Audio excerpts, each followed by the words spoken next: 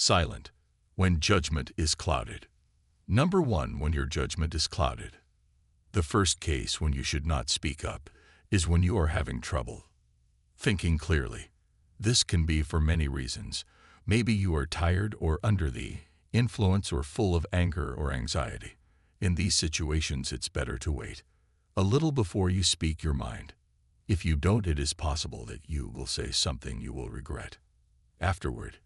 If you give your ideas time to mature and still think the same way, you can talk about it later, but not when you are compromised emotionally or in other ways.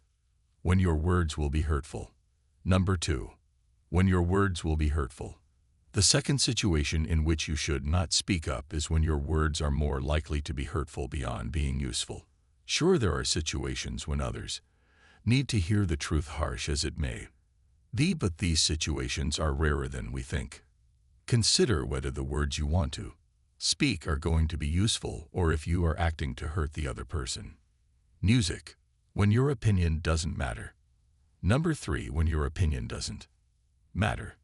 The next situation when you should not speak up is when your opinion is irrelevant. It's never easy to admit and accept it. However, it's very important, even if our ego doesn't agree. When you don't know enough about a situation or other people are experts, or when your opinion has no impact on others, it's often better to stay silent just because it's the wisest thing to do. Silence is the best answer to someone who doesn't value your words when you don't have enough evidence. Number 4, when you don't have enough evidence. Sure, in some situations we are free to speculate and speak up even if we don't have evidence. However, this is not always true when we are talking about something that will likely have a big impact on another person.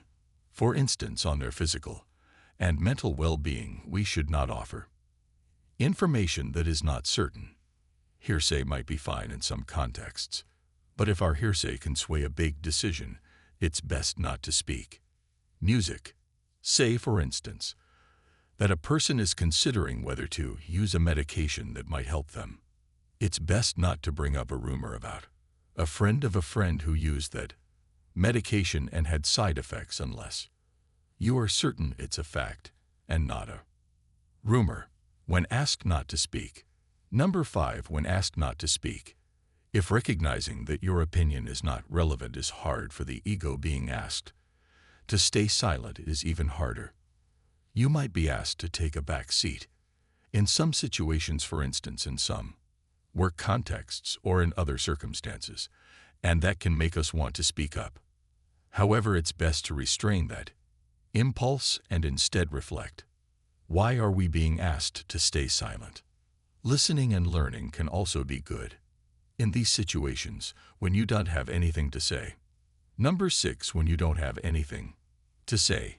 Just because you feel you ought to add something doesn't mean you should. Instead, you might support what someone else has said. It can feel awkward saying that you don't have something to add, but it is usually better than speaking for the sake of speaking. Allow yourself to admit when there is nothing to add. Be careful with your words. Once they are said, they can be only forgiven, not forgotten. You